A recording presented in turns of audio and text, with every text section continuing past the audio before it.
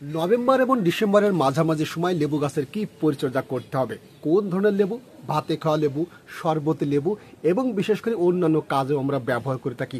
এবার হয়তো বুঝতে পারছেন এর বিভিন্ন জাত আছে বিশেষ করে। তা এই লেবু গাছের গোড়ার মাটিতে নভেম্বর এবং ডিসেম্বরের মাঝামাঝি সময় কি ধরনের খাবার দিতে হবে, কি ধরনের স্প্রে করতে হবে, সম্পূর্ণ বিষয়গুলো স্টেপ বাই স্টেপ জানানোর চেষ্টা করবো আজকের এই ভিডিওতে। প্রিয় দর্শক, আসসালামু আলাইকুম। আমি রাজু আহমেদ, আপনাদের রাজু গার্ডেনিং 2.0। তাই জানুয়ারির পরে ফেব্রুয়ারির মাঝামাঝি সময় লেবু গাছে প্রচুর পরিমাণে ফুল আনতে হলে, ফল আনতে হলে অবশ্যই আপনাকে শেষ খাবারটা দিতে হবে। তাই শেষ খাবারটা কি আমরা এখন জেনে নেব। চলুন ঝটপট আমরা একটু জেনে নিই।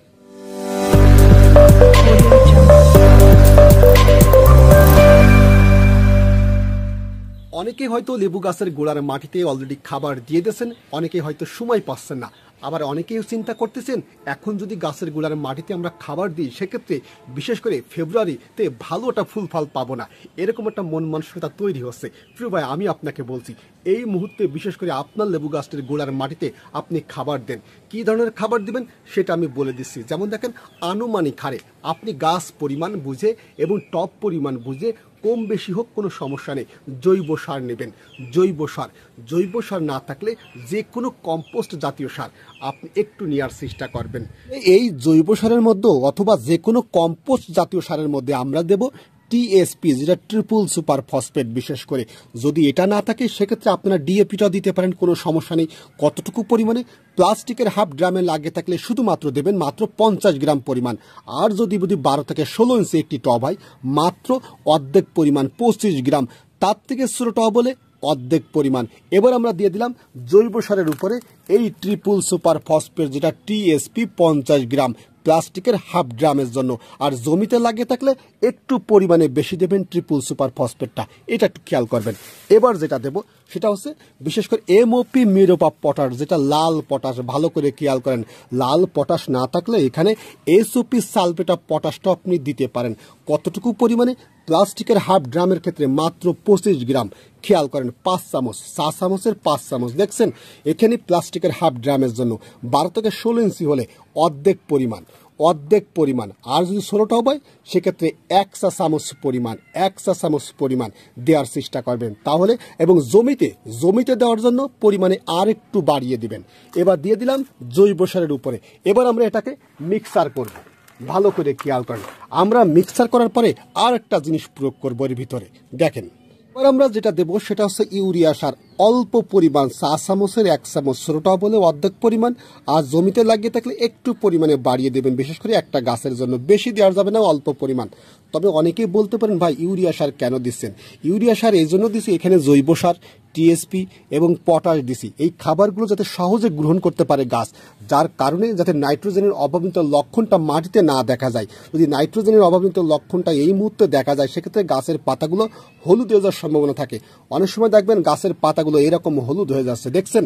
এটা কিন্তু অনেক সময় আমরা জানি যেটা ম্যাগনেসিয়ামের অভাবজনিত লক্ষণ, এটা ম্যাগনেসিয়াম স্প্রে করলে অনেক সময় ঠিক হয়ে যাবে। না ভাই, আপনি প্রতি সপ্তাহে 1 লিটার পানিতে বিশেষ করে 1 চামচ ইউরিয়া সার যদি মিশিয়ে 3 থেকে 4 বার স্প্রে করতে পারেন এবং গাছের গোড়ার মাটিতে ইউরিয়া সার দিতে পারেন, এই যে গাছের পাতাগুলো হলুদ হয়ে যাচ্ছে এই সমস্যা কিন্তু আসবে না। তাই অবশ্যই চেষ্টা করবেন অল্প পরিমাণ, যাতে গাছ সহজে মাটি থেকে খাবার গ্রহণ করতে পারে এবং এই খাবারগুলো গ্রহণ করতে পারে। এই জন্য অল্প পরিমাণ এই মুহূর্তে খাবার দেওয়ার চেষ্টা করবেন।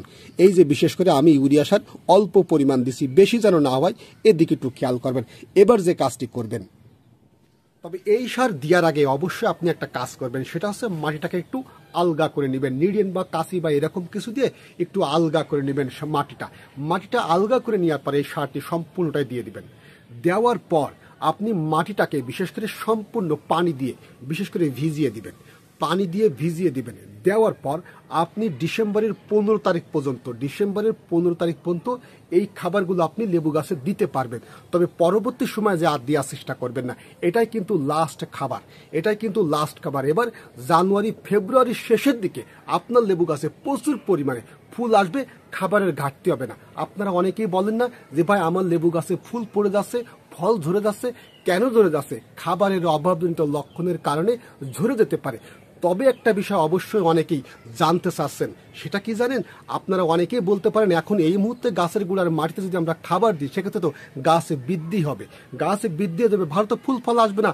না ভাই, এটা কিন্তু ভুল ধারণা। এই মুহূর্তে যদি গাছের গোড়ায় আপনি খাবার না দেন, খাবারটা কোন সময় দিবেন? ডিসেম্বরের পরে যে না গাছে ফুল আসার সময় খাবার দিবেন।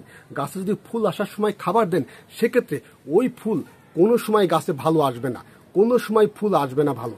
আর ফুল থাকলে ওই সময় খাবার দেওয়ার সাথে সাথে আপনার ফুলটা ঝরে যাওয়ার সম্ভাবনা থাকবে।